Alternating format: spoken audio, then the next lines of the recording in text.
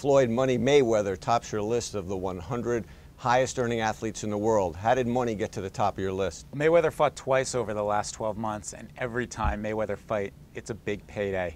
The beauty of Floyd is he controls the money of the bout because he promotes the fight. So all the money comes into him, and then he pays out the expenses for the fight as well as the purse for the other fighter. So he cleared $85 million from 2 fights.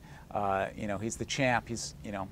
He's having some problems right now, but Still undefeated. He's still undefeated, and he is must-see TV. He's such a polarizing figure that everybody wants to tune in. Boxing fans, non-boxing fans. I mean, this guy appeared on Dancing with the Stars, and then goes out in these racially charged diatribes against Manny Pacquiao. He's all over the place, but that just creates more hype for all of his fights. Speaking of Pacquiao, he was number 2 on the list. Pacquiao, interestingly, has some endorsement income as part of his overall earnings, where Floyd Mayweather does not. Is that the area where all the buzz that Mayweather and controversy that he creates may work against him? Floyd doesn't have any personal endorsement deals because he is a wildly controversial figure, and brands don't necessarily want to attach themselves to him. So we also have LeBron James among your top 10. The Heat are on the verge, it looks like, of becoming the NBA champs. And then Cristiano Ronaldo, the great striker, he is also in your top 10, and his team is in the quarterfinals of the European Championships. Could we actually see their endorsement income go up should these guys win their respective tournaments?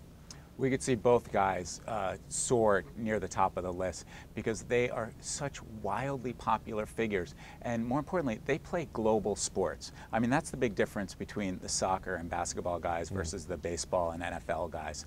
Soccer and basketball guys can maximize their endorsement potential because Nike can use Ronaldo and they can use LeBron James in the US as well as they can in China. They can't do that with Derek Jeter. Reebok can't do that with Peyton Manning. And so these guys are also polarizing figures. They have a lot of fans, but they have a lot of detractors. But those fans are passionate supporters of James as well as Ronaldo. Peyton came in number 10. Is Eli on the list? Eli's on the list, a little further down the list. Where does Eli fall relative to his brother? Well, those two are by far the top 2 endorsers in the sport. Peyton brings in $10 million off the field. Eli's around $8 million. The difference with Peyton is he got a big payday from the Colts last year, even though he didn't play, made $26.4 million, and then signed a huge deal with the Broncos, $96 million deal over 5 years that included a $6 million advance payment.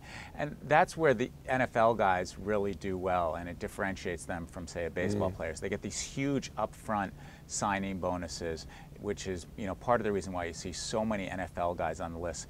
30 NFLers qualify for the top 100, which is more than any other sport. And David Beckham's still in the top 10. His best playing days on the pitch were over a long time ago. How did he make it? Beckham is unbelievable. He keeps pulling in more sponsors, reinventing himself as he nears the end of his career. He's had a big last 12 months as companies try to latch on to Beckham before the 2012 London Games, which he is going to be, one of the major hosts for. So he signed deals with Burger King, he signed deals with Samsung, he signed deals with Sainsbury. All these guys want a piece of Beckham heading into the games, where he is sure to be featured prominently. And Beckham's moving into, his post-playing career plans. He signed a big deal or partnership with H&M to distribute his own line of what he calls body wear, which is basically underwear. And we saw it at the Super Bowl, him posing in all his glory in his briefs. So he's really making moves to set up his post-career plans. When you add up the salary, the winnings, and the endorsement income for all 100 athletes on your list, what's the aggregate number? $2.6 billion for the top 100 athletes. The sponsorship market has really waned over the last few years with the lousy economy, but companies have shown they're still willing to pay up for these elite guys. The LeBron James, the Cristiano Ronaldos, the David Beckhams. Those guys can still make huge money outside their regular playing sports.